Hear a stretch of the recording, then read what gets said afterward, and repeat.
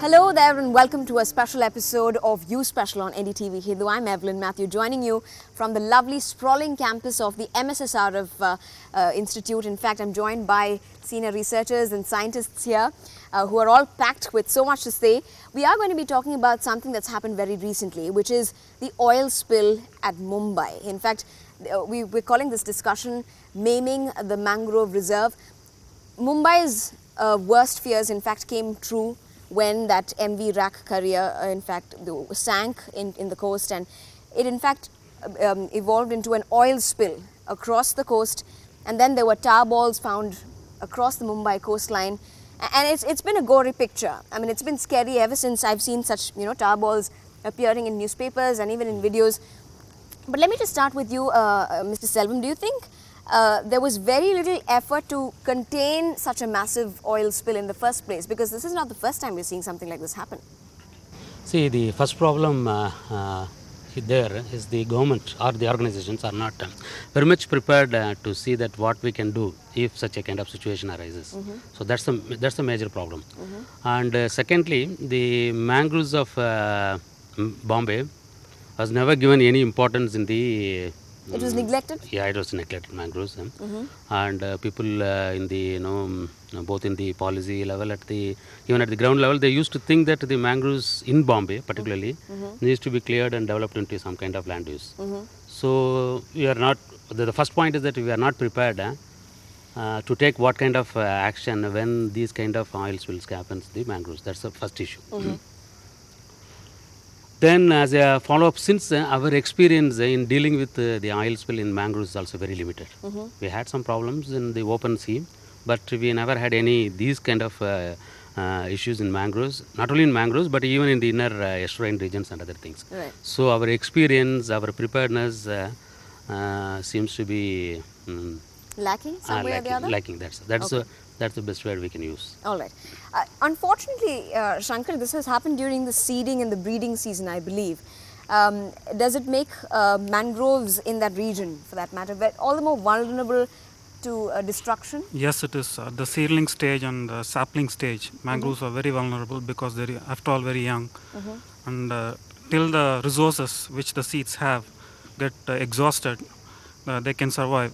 After that, after a period of 1 week time, they'll all be dead after a period of 1 week. So it is going to be very vulnerable. And fortunately, this season has been a monsoon season. Rains have come. Yes. Unfortunately, the rains are going to be getting over in Mumbai now. Right. So the impact is going to be severe on mangroves. So in the coming days, we'll actually know how bad it is actually going to be. Okay. Adding to what Shankar is saying, Yes. there is a lot of other marine life, not only these mangrove seedlings and saplings, right from crabs to so many myriads of organisms are dependent on these mangrove seedlings or even seeds as their food and all these things. When this kind of a this is their food, Yes. and their food is also affected. When their food is affected, a chain of reaction is going to take place. So this oil spill, in a sense, is kind of killing that food chain. Yeah, this is the bottom line. This is the bottommost. And when the food itself is not available, Right. because of devoid of food, there will be several other organisms dependent on these mangrove resources as their foodstuff may also go off from the, they may lose their life. Right. So that is the kind of a catastrophe we are facing from the perspective of what will happen to the entire marine life of that particular region. All right. Dr. Ajay, this is not necessarily a natural disaster for which we are not really prepared. Maybe a man-made disaster of sorts. But do you think, I mean, we've had the whole, MV Kalesia and the MCS Chitra episode happen last year, in fact, August last year. We've had that oil spill. Do you think that the centre needs to perhaps, sanction a treaty in which they can deal with pollution of such sorts and make sure that compensation claims are all taken care of? Yeah, I mean, as my colleague Dr. Selvam said, I think essentially the government was not prepared.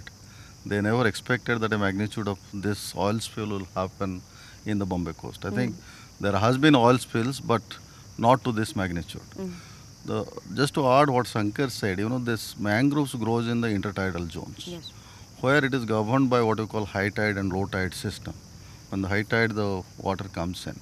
So what you could find from the pictures which is being displayed in the media and in the papers and all. So you could find when there is a high tide, these oils get stuck to the mangrove leaves and the vegetation.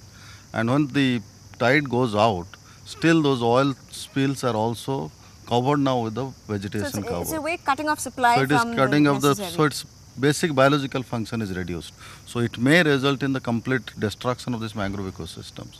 But as Hari also said, that it is not only the mangroves we're looking at, but the entire system is going to be affected, starting from the microorganisms, starting from the marine species, I mean all those, everything is going to be affected. All right. So yes, government should come and wake up to this particular region. I think what Dr. Swaminathan always says that every calamity provides an opportunity. Yes. If we take this as a calamity, then we can start preparing for how to tackle this particular And we issues. better learn from this lesson, Better learn right? from this I mean, it's lesson high time. rather than blaming everybody or whosoever it is. Absolutely. Rather than start learning from this particular All lesson. right. I just want to apply this to us in a local sense. Sir, do you believe that, if something like this had happened along the coastline of Chennai, we've got lots of ships coming in and out of our harbours. Would Chennai be prepared for it? Do we have the right measures in place? Do we have the right state policies in place?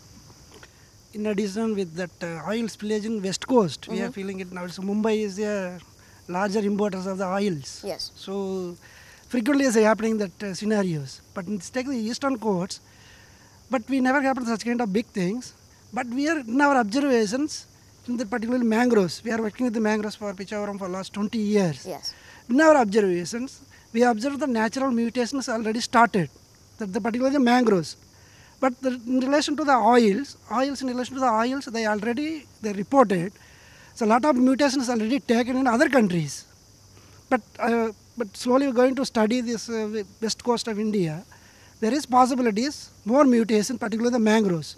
The mutations certainly it's not going to favor to the mangrove environment. All right. But just to bring the Chennai picture into perspective, do you think Chennai is prepared with the right measures in place if something like this happened? Because in Mumbai itself, the Ministry of Environment Forest has asked the BHNS to study the impact of this thing.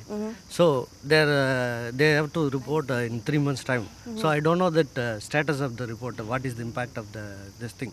So in the major city of Mumbai itself, it started now only. So in Chennai, I think it's not. All right. So it clearly caught most of us off guard. But let's hope that we learn a lesson from this, because it's something really drastic and we don't want it to happen, at least to our lovely stretch of coastline, at least here in Chennai. Let's get into our second segment. I want to explore the whole mangrove, the system of mangrove, how important it is to us, whether as humans it has an effect to us, effect on us, and how much dependent we are on them as well. All of that and much more coming up in the second segment of You Special. Do stay with us, don't go anywhere.